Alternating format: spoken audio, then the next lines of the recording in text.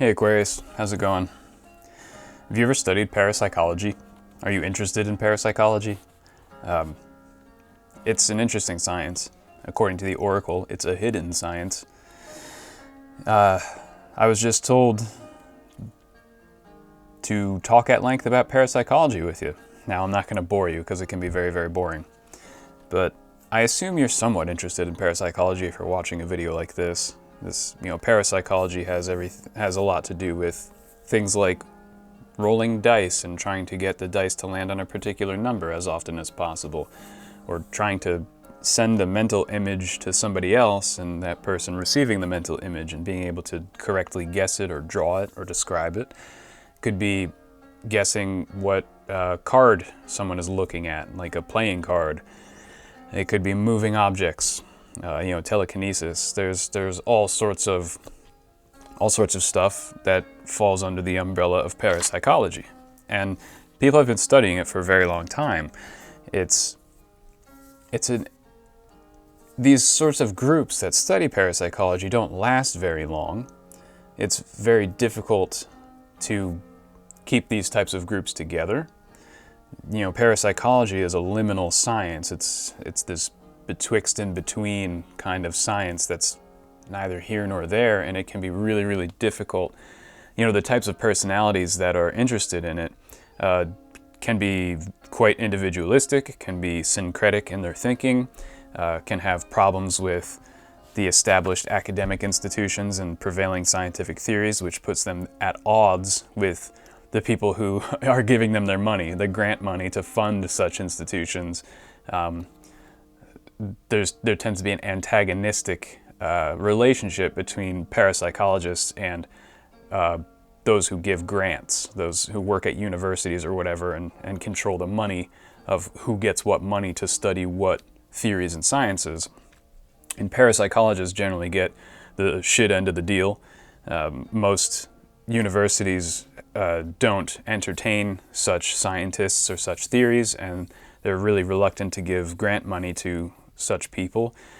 And parapsychologists themselves tend to be a bit eccentric and strange, and it can be difficult for them to maintain interpersonal relationships. A lot of parapsychologists are kind of like hermits and loners and people like that, so these institutions don't last very long. New Jersey is famous for having a couple dozen parapsychological institutes that date back to the 1870s and up to around today, but they come and go, especially if the person who founded the institute either dies or quits.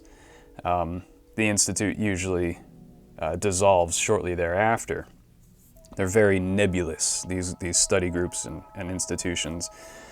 And so you might be in a type of situation like this where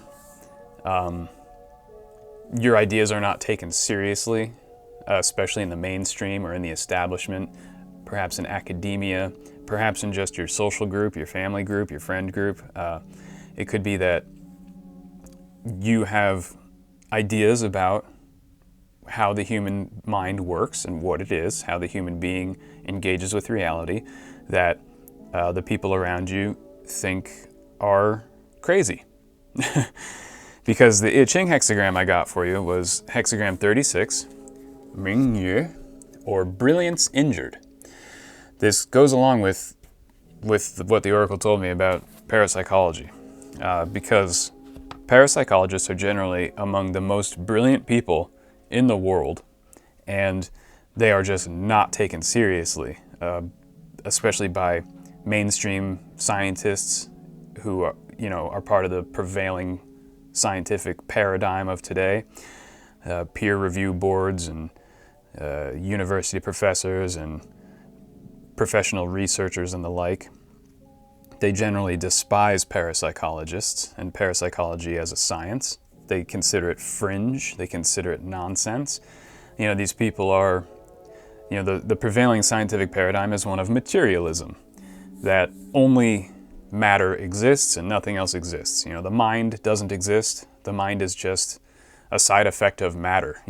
bunch of atoms came together to create the human brain, and the mind is just a side effect of the brain. Or your feelings are just, your emotions, all these things, your soul, these things don't exist to a materialist, right? They're just aberrations of how molecules and stuff came together.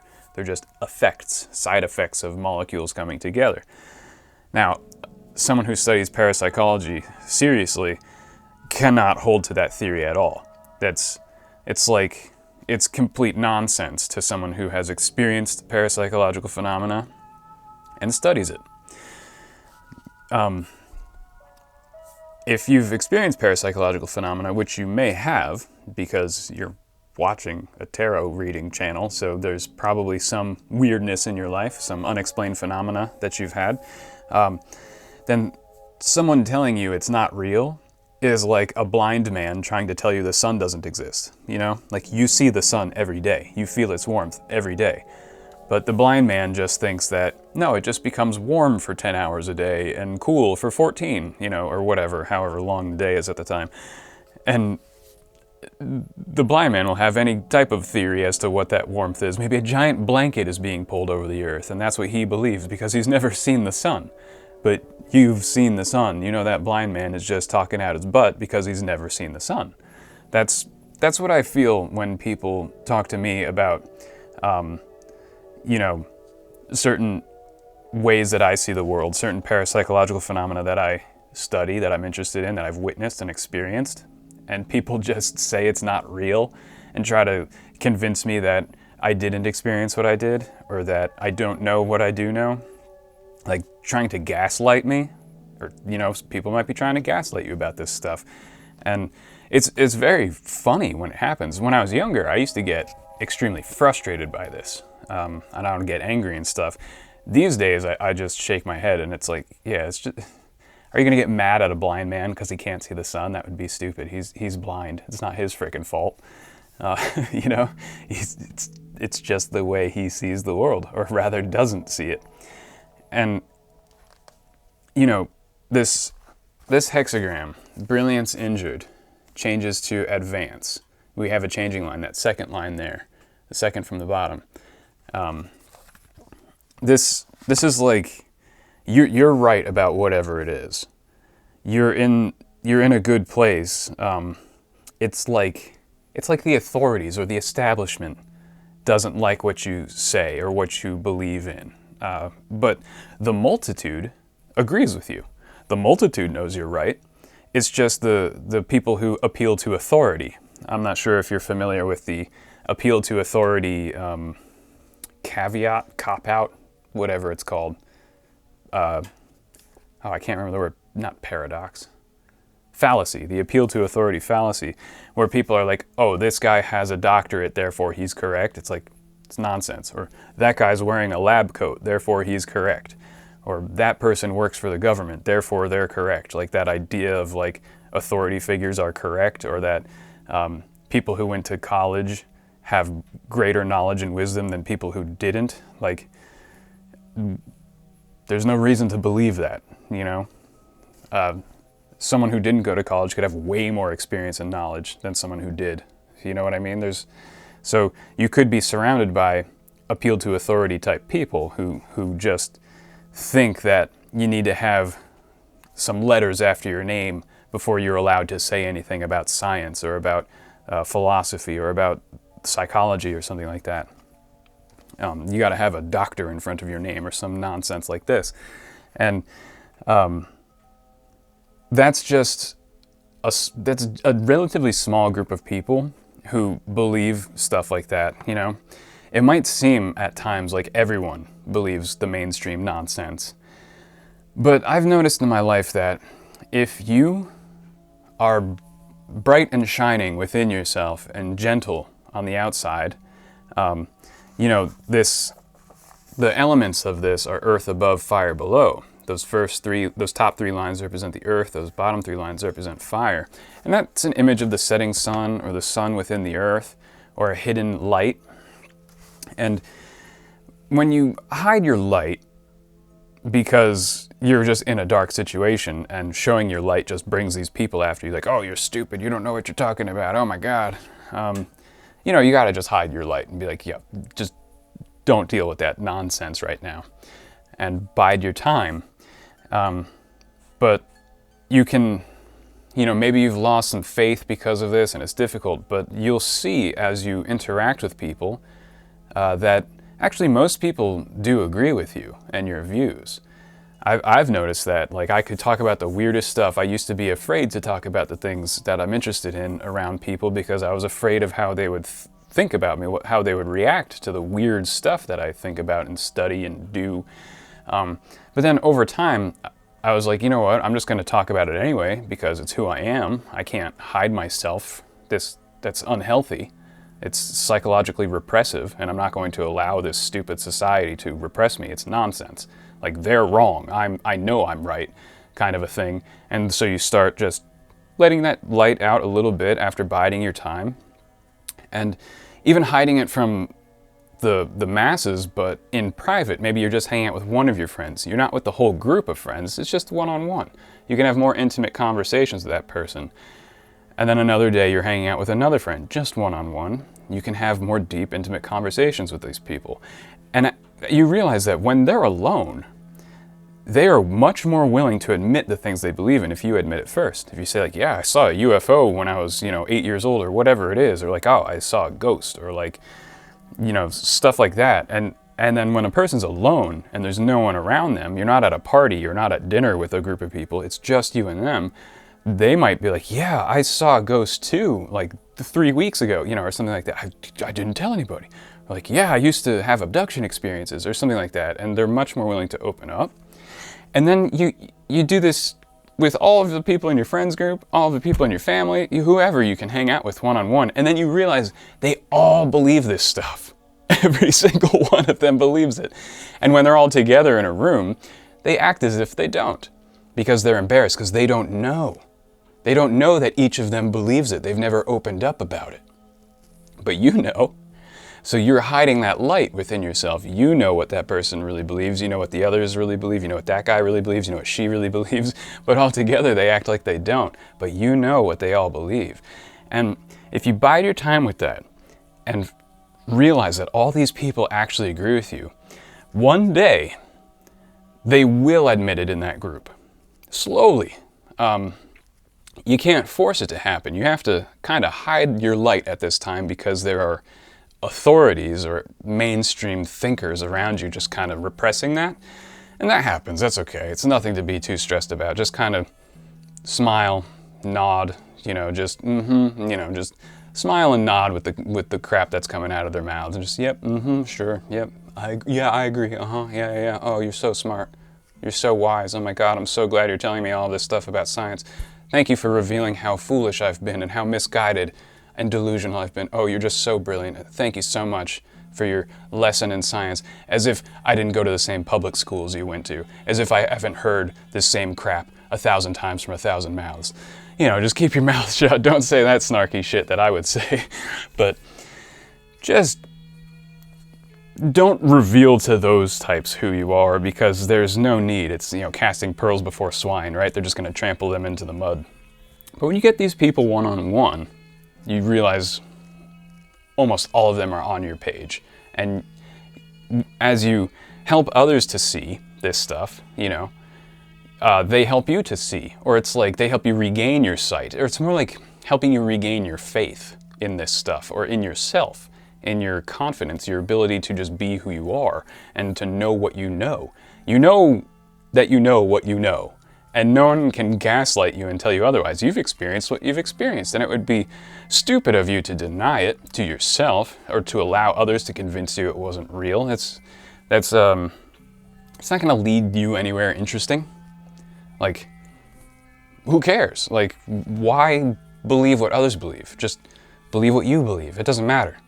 And I think you'll find that as long as you have that brightness within you and gentleness without you, keep like a good sense of humor about it, and try to get these people one-on-one in a friendly, just, the way you would hang out with someone one-on-one, and, try and share your views first. Maybe try to just bring the conversation in that direction, gently and happily with good humor, and I think you'll be surprised that they're gonna share their own stories, and you'll be like shocked and be like, you've never told me that before. Like, I never knew this about you. I have these experiences all the time with people. It's so great. Like, when they're all in a group, they're just gonna talk about sports, or they're gonna talk about work, or what TV show they saw, and that's like the group hangout or whatever.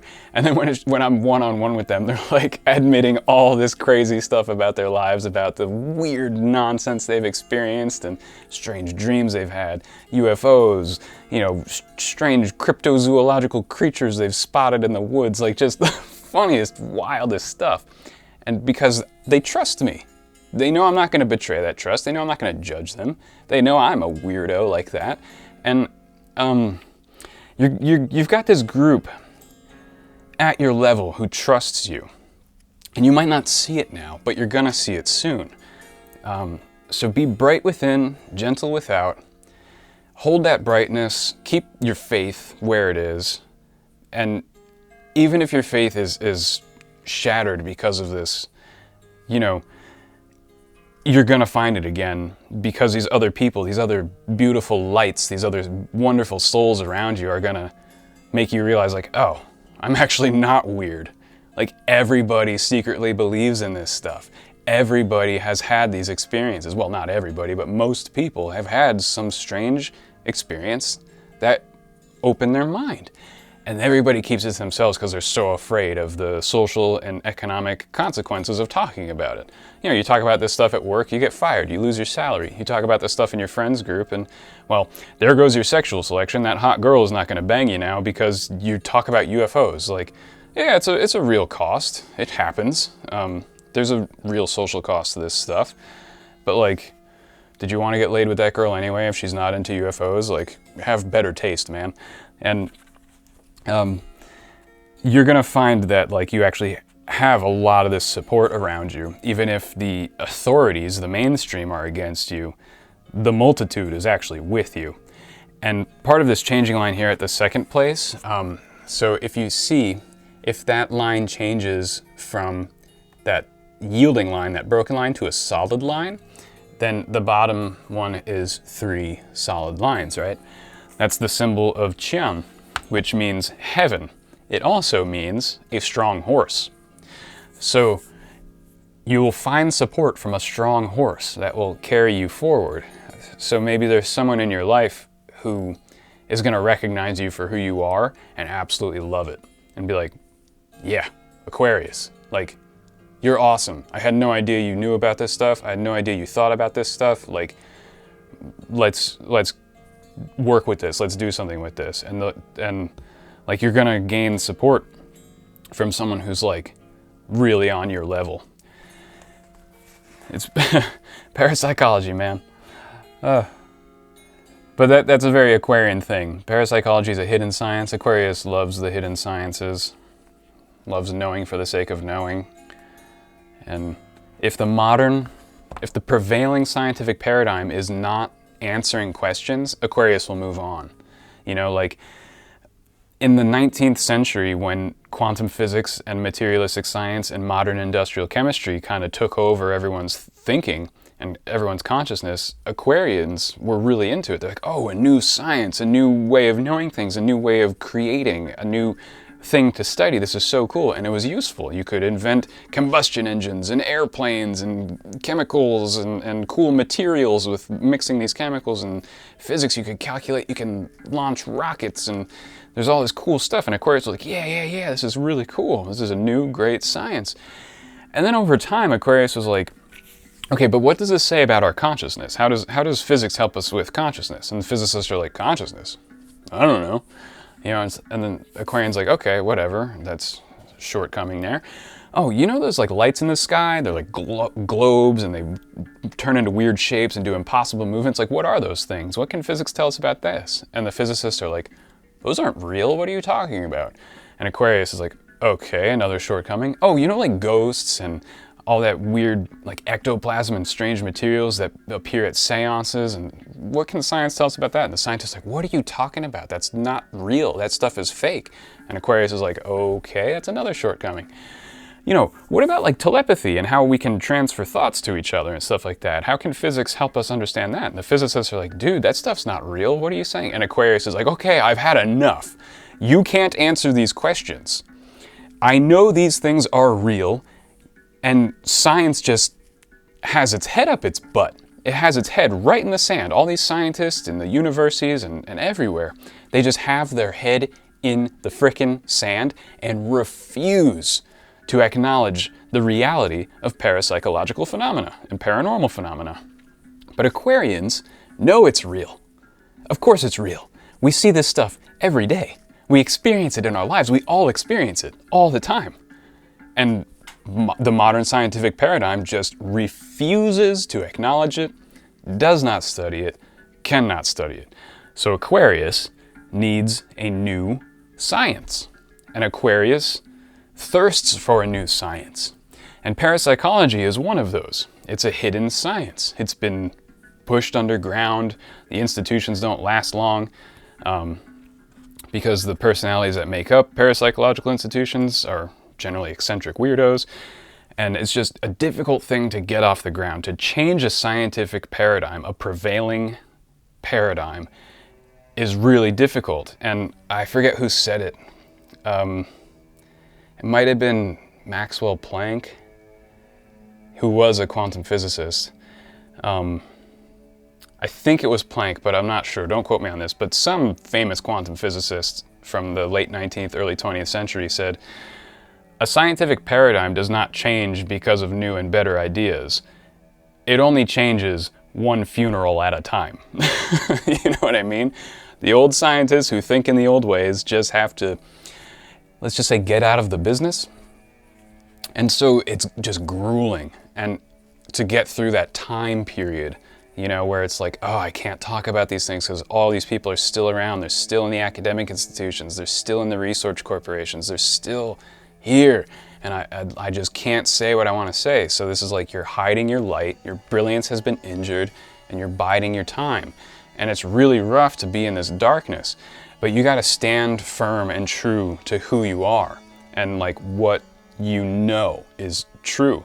And as long as you do that, in that righteousness and rooted in that truth, the people around you are going to notice that. And they're going to be like, wow, Aquarius is like on point. Like Aquarius is unbreakable. Aquarius knows something. Like, wow, Aquarius has convictions.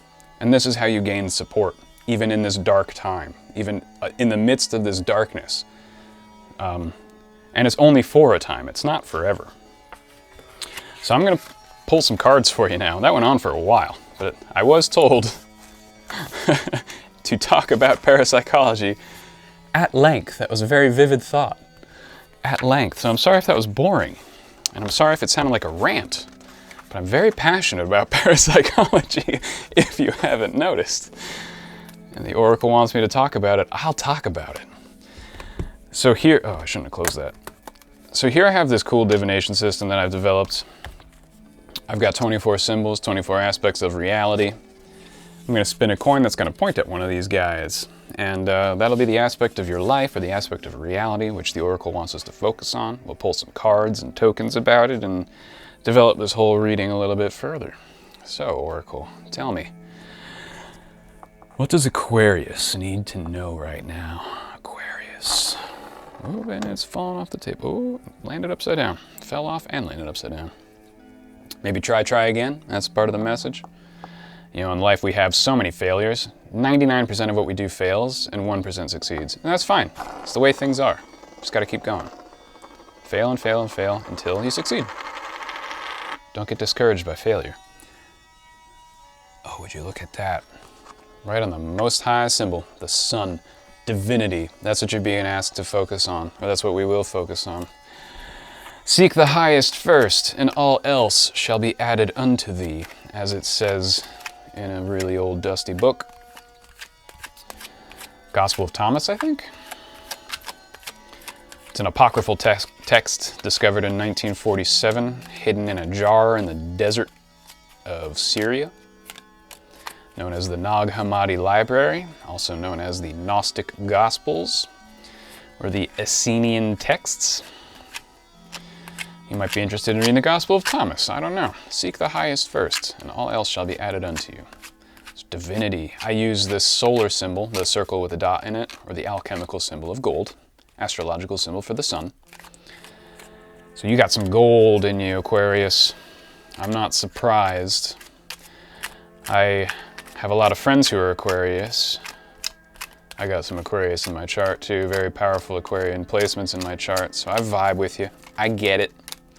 I get it. The Eight of Swords. Man, I think I pulled this like 3 times in the last 2 weeks. So yeah, there's that brilliance injured again. There's that mind, that brilliant mind of yours being stifled by those around you. Yeah, you just feel stuck in this energy, like, oh God. You're just in a dark time, surrounded by people who are just not on your level, you know what I'm saying? Not trying to stoke your ego here, but when you know, you know. Shortened force is how this card is characterized here. They have this deck has some interesting little phraseology. Shortened force. That really just sounds like brilliance injured, right? And this is a mercurial card, a card of the planet Mercury. It's Mercury in Gemini is the Eight of Swords.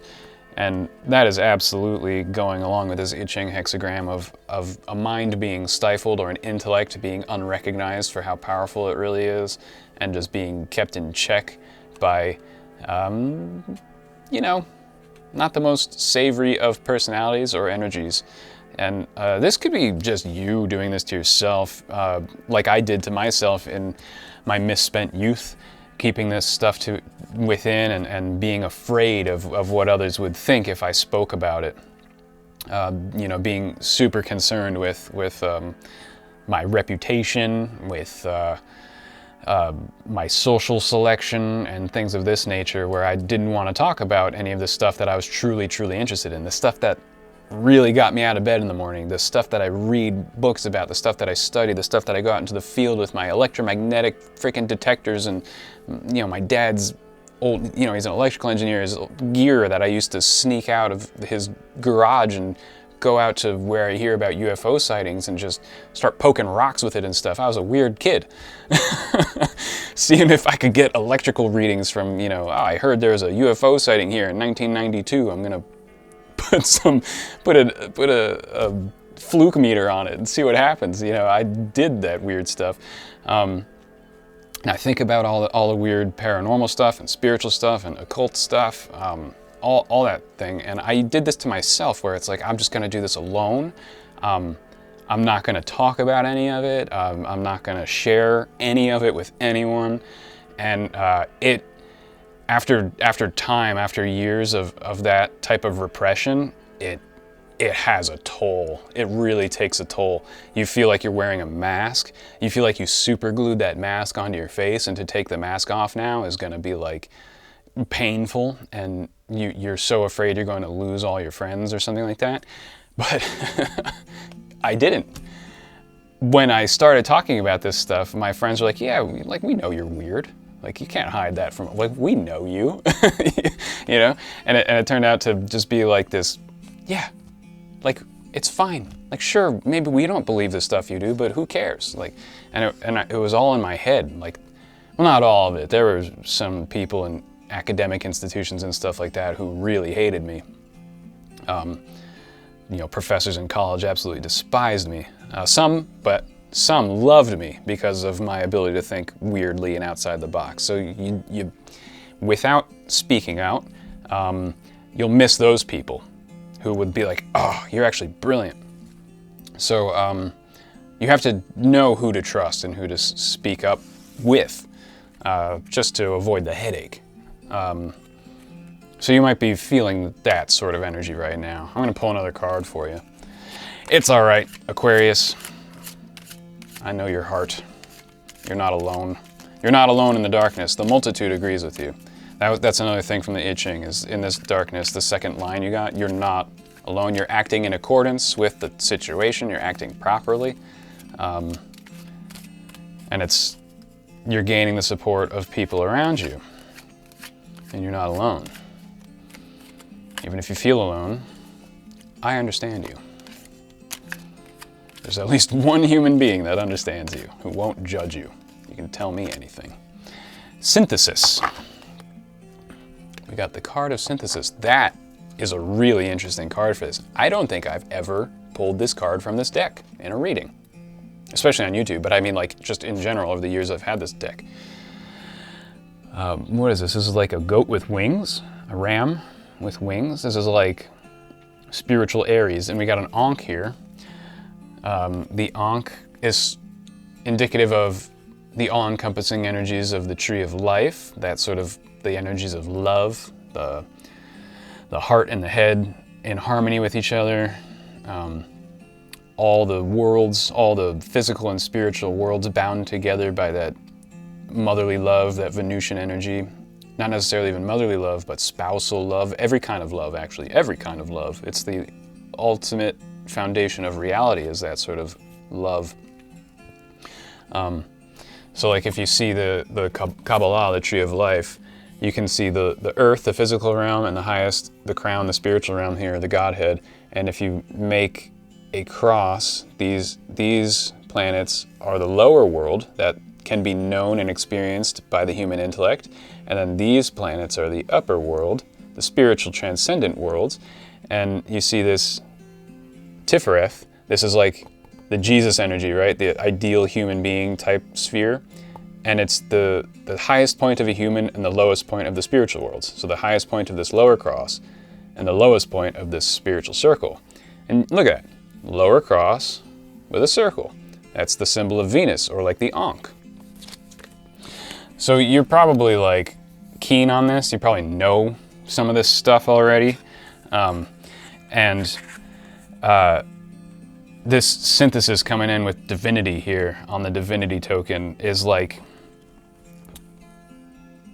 when I think of synthesis, I think of syncretism. I think of finding the best of all the sciences, religions, philosophies, and spiritual traditions, and putting them together and eliminating what isn't true, taking what is true from all the sciences and spiritual traditions and whatnot, and kind of just making your own system, discovering the spiritual disciplines that work best for you, discovering the philosophical outlooks that are the most fruitful, discovering the religious codification that is the most beneficial, discovering the scientific methods and theories perhaps that are the most useful and provide the best compass, and putting all of these things together and creating your own system to look at reality.